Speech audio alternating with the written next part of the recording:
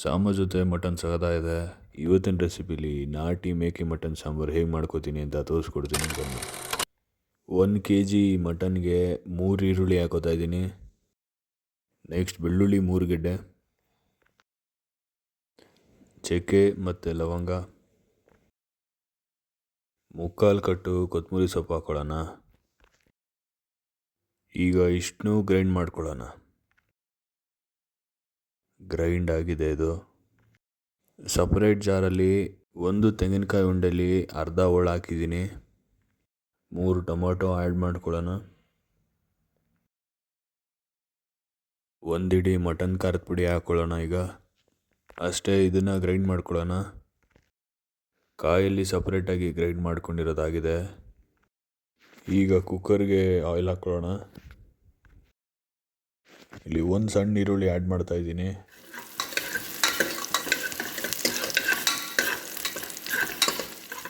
One kg ಮೇಕೆ mutton ಕುಕ್ಕರ್ಗೆ add ಮಾಡ್ಕೊಳ್ಳೋಣ.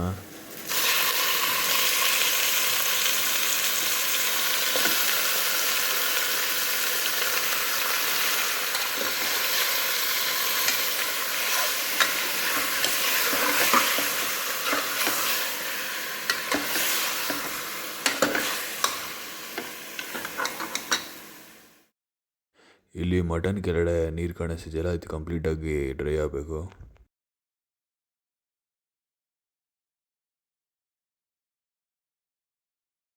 ಈಗ ನೀರು ಇದ್ದಿದ್ದು ಅಲ್ಲಿ ಕಂಪ್ಲೀಟಾಗಿ ಡ್ರೈ ಆಗಿದೆ.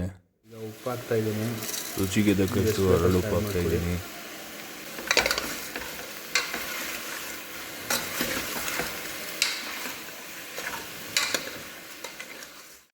ಅರಿಶಿನ ಹಾಕೊಳ್ಳೋಣ.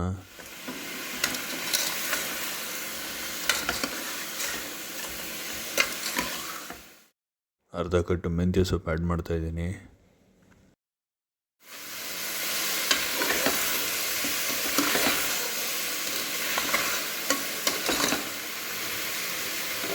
ಗ್ರೈಂಡ್ ಮಾಡ್ಕೊಂಡಿದ್ದು ಈರುಳ್ಳಿ ಪೇಸ್ಟ್ ಹಾಕೊಳ್ಳೋಣ.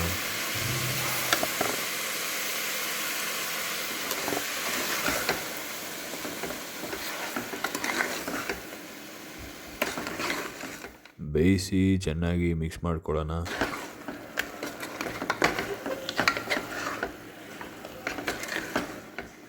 ಮಟನ್ ಮುಳುಗೋಷ್ಟು ನೀರು ಹಾಕಿ 4 ವಿಷಲ್ ಬೇಯಿಸ್ಕೊಳ್ಳೋಣ.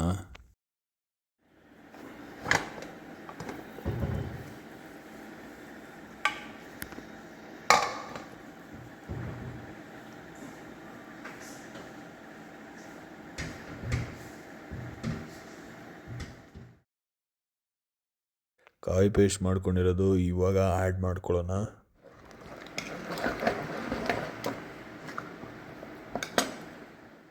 ನೀರು ಹಾಕ್ಕೊಳ್ಳೋಣ.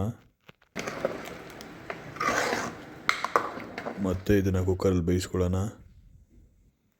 So it's finally ready guys.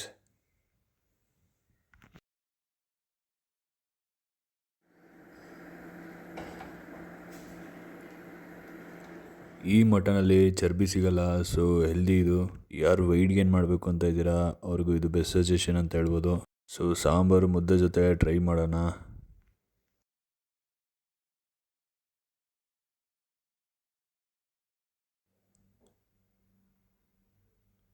Sambar ಜೊತೆ ಮಟನ್ ಸಗದಾಗಿದೆ. ಈ ಮೇಕೆ ಮಟನ್ ತಿಂತಾಯಿದ್ರೆ ನಾಟಿ ಸ್ಮೆಲ್ಲು ಹಂಗೆ ಬಾಯಲ್ಲೇ ಫ್ಲೇವರ್ ಗೊತ್ತಾಗುತ್ತೆ ನಿಮಗೆ. ಸ್ವಲ್ಪ ಜಾಸ್ತಿ ಬೇಯಿಸ್ಬೇಕು ಬಿಟ್ರೆ. ಹೆಲ್ದಿ ಇದೆ ಇದು. ರೆಗ್ಯುಲರ್ ಬೇಸಿಸಲ್ಲಿ ಆ್ಯಡ್ ಮಾಡ್ಕೋಬೋದು. ಸೊ ನಾ ತಿಂದು ಖಾಲಿ ಮಾಡ್ತೀನಿ. Over and out. Thank you for watching.